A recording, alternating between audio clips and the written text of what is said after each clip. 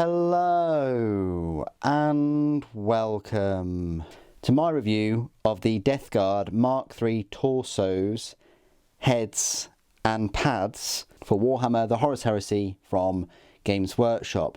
These pads, a set of 10 of them, will cost £14.50. I don't think you can get them anymore on Games Workshop web store. I think the only ones available now are the Mark 6s, and it's the same for the heads as well. Unfortunately, they no longer sell the Mark III heads, torsos or pads. So yeah, it's an expensive way of doing it.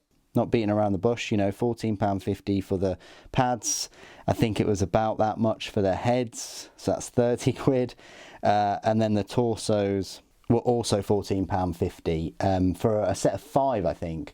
So you're looking at probably about £60 just to have your Space Marines in Death Guard regalia, you know, in armour plates, resplendent of their Legion. So it's a big investment, you know, especially just for like 10 normal Death Guard Space Marines. You're paying that extra 60 quid. If Death Guard's your only army, it might be worth it. Death Guard is a big army for me. It's my largest sort of Chaos Space Marine army. And these are all going to be sprayed Death Guard green anyway. So they're going to blend into my, you know, 40k force. So what we'll do first is we'll have a look at these minis up close, a bit like I did with the power scythes. They'll feature a little bit later on. So I've equipped them all with plasma cannons, not sure why. I just was having a day where I thought, yeah, plasma cannons are the way to go with these ones. I think the spike chipped off this. Death Guard for me, building them and things, although I enjoyed them and I wanted to get round to them quite quickly because they're one of my favourite legions, they've actually caused me a fair bit of problems. You know, not just this snapping off, but other things, and I'll probably explain that another time. But yeah, you can see the Mark III Death Guard torso poking out a little bit. It's a bit shrouded by this big old plasma cannon, and so is the helmet. The rest of the helmets, well, especially these two, you can see quite well. Not a massive fan of them, if I'm perfectly honest.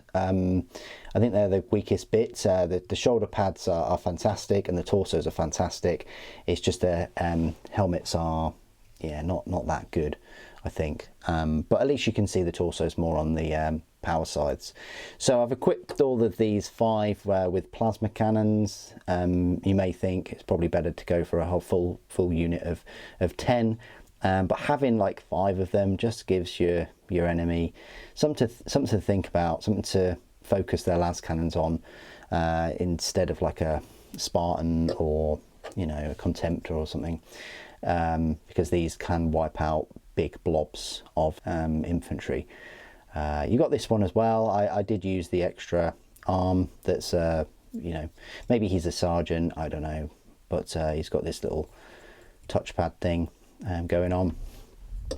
And then you got these. I tried to have a couple of them, well, 3 of them firing and this one kind of moving forward with plasma cannon down. I think this is actually like the first one I built when I was building them.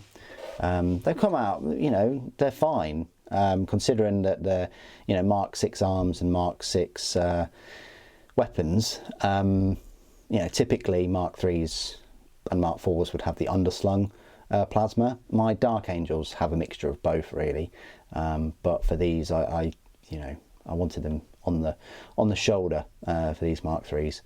I think they look all right for this unit. So there are no spare parts because I've obviously used the pads and the heads for them, but I might as well just give you a little comparison with like the power scythe.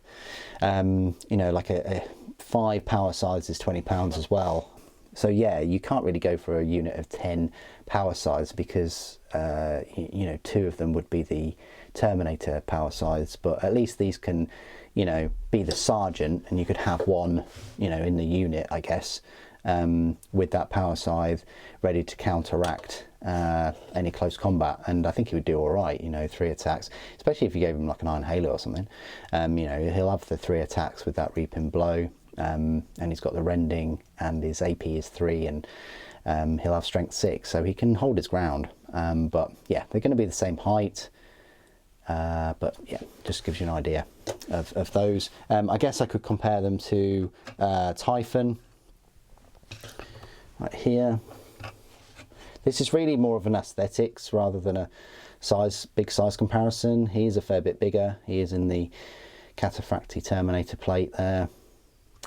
And then I suppose I could compare them to Mortarion as well. So that's Mortarion.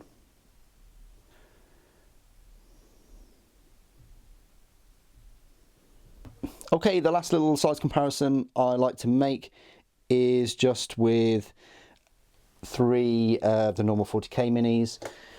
So we have a standard Space Marine here, which is a little bit shorter than these Mark IIIs.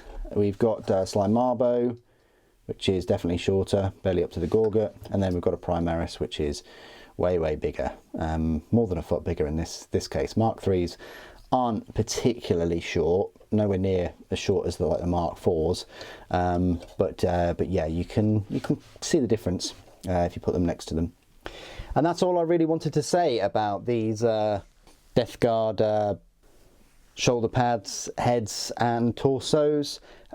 It's a shame Games Workshop don't do more of these, or should I say Forge World, because they are brilliant and they do add that uniqueness to your Legion. I mean, if you were only interested in one Legion and you really wanted everything to kind of match and to be bespoke to the Legion, it's a shame that Games Workshop made that decision not to do that anymore. I think it is coming. They've already said that they'll be releasing Legion specific items and war gear and all those things in plastic at some point.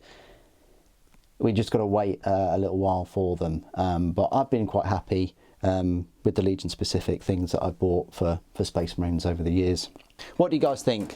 Please do put your thoughts and opinions down in the comments below. It'd be good to hear from you. Thank you for watching. Death to the False Emperor.